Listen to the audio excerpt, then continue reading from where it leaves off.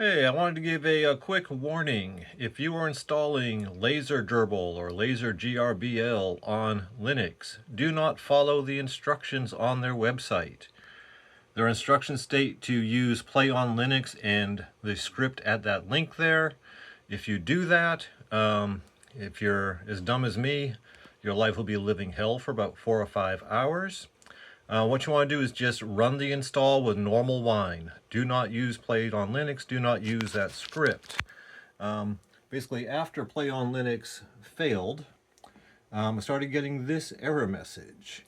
Could not load kernel 32DLL status Charlie 0000135. The solution was to completely delete my wine directory, .wine off of home, and basically reinstall everything. Then it worked.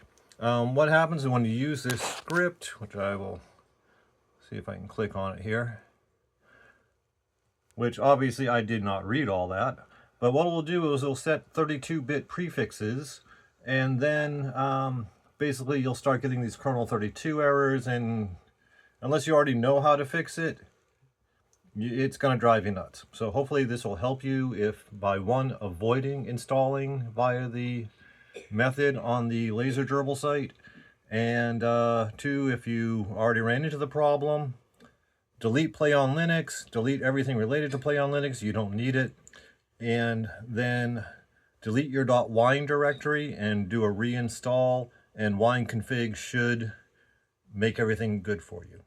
All right, hope this helps. Take care.